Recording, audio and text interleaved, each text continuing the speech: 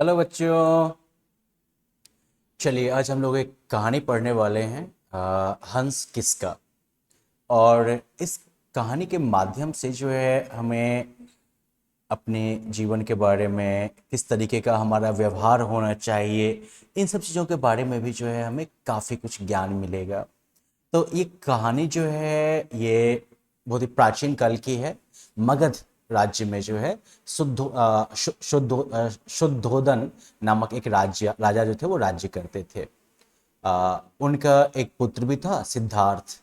अब सिद्धार्थ जो थे बहुत ही दयालु थे। सिद्धार्थ का एक चचेरा भाई भी था, देवदत्त। देवदत्त अत्यंत ही कठोर प्रवृत्ति का था। तो यहाँ पर जो है आपके सामने दो तरह के जो है चरित्र आ चुके हैं। एक है सिद्धार्थ। सिद्धार्थ जो है बहुत ही दयालु है ना। तो एक एक जो है चरित्र वो काफी दयालु है, और दूसरा जो है वो अत्यंत ही कठोर प्रवृत्ति का है। तो देवदत्त जो है उसे शिकार करने में बहुत आनंद आता था। एक दिन राजकुमार सिद्धार्थ बाग में भ्रमण कर रहे थे, और अचानक से एक हंस जो है वो उनके सामने में आकर गिर जाता है। और उस हंस के शरीर में तीर चुभा हुआ था, और वो दर्द से छटपटा रहा था। हंस की छटपटाहट देख देखकर जो है सिद्धार्थ का हृदय एकदम से द्रवित हो उठा।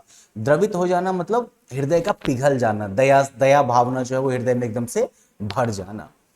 तो बिल्कुल दया से भर गया था उनका हृदय, और उन्होंने जो है तुरंत क्या किया, घायल हंस को अपनी गोद में उठा लिया। फिर धीरे से उसके शरीर से तीर निकाला और घाव को धोने लगे। तभी हंस को ढूंढते हुए वहां पर देवदत्त भी पहुंच गए, और हंस सिद्धार्थ की गोद में था। तो देवदत्त ने कहा, सिद्धार्थ, इस हंस को मैंने मारा है, इसलिए यह मेरा है। तो यहां पर देखिए, सबसे शुरू में ही हमने क्या देखा था कि सिद्धार्थ बहुत ही दयालु था, है ना, और देवदत्त जो है वो कठोर प्रवृत्ति का था। तो इसलिए जो है जब छटपटाते हुए हंस को देखकर सिद्धार्थ का क्या होता है, सिद्धार्थ की क्या प्रतिक्रिया होती है।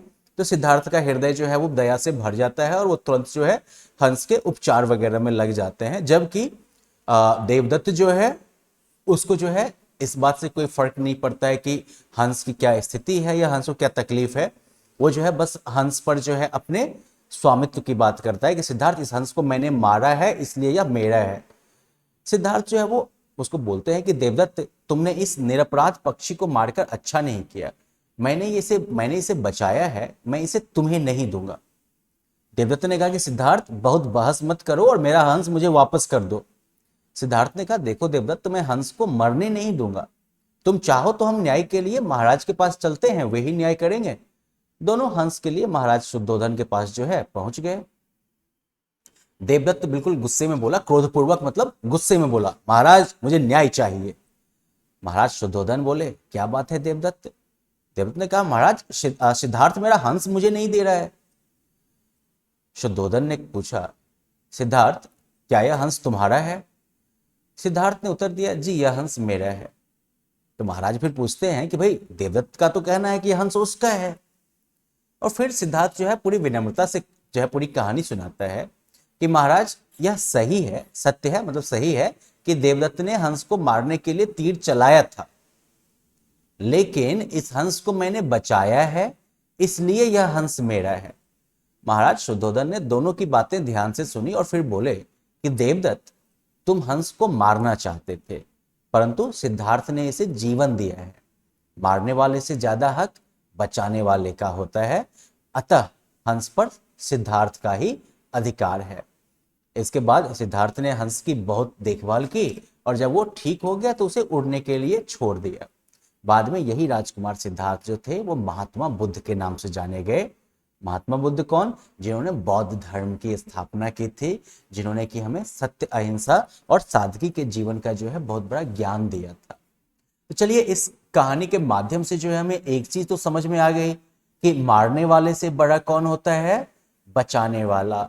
मारना जो है वो बहुत ही उच्च श्रेणी का काम नहीं है। मारना किसी को, ये जो है बहुत कह सकते हैं कि हिम्मत का काम नहीं है। किसी को बचाना जो है उसके लिए आपका विशाल हृदय का होना जरूरी है, उसके लिए आपके अंदर दया की भावना का होना जरूरी है। और जब तक ये चीजें हम में नहीं होती हैं तब तक जो है हम अच्छे मनुष्य नहीं बन सकते हैं। और इसलिए जो है हमें इस चीज का हमेशा ध्यान रखना चाहिए कि हम जो है कभी किसी को अकारण जो है तकलीफ ना पहुंचाएं, कभी किसी को जो है अपने स्वार्थ के लिए, अपनी क्षणिक खुशी के लिए जो है किसी को कोई तकलीफ ना दे। जैसे कि देवदत्त जो है वो शिकार करने के लिए जो है जानवरों की जान ले लेते हैं, ये गलत बातें हैं। हमें जो है हमेशा दूसरों के प्रति संवेदनशील रहना चाहिए, दूसरों के दुख तकलीफ को भी समझने में हमें सक्षम होना चाहिए। हमें ऐसा काम करना चाहिए जो कि न्यायोचित हो, जो कि न्यायपूर्ण हो। ठीक है, तो चलिए आज के पाठ को यहीं पर संपन्न करते हैं।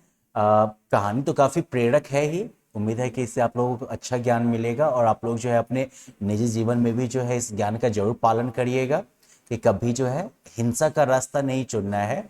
अहिंसा जो है वो हमेशा अच्छा मार्ग है।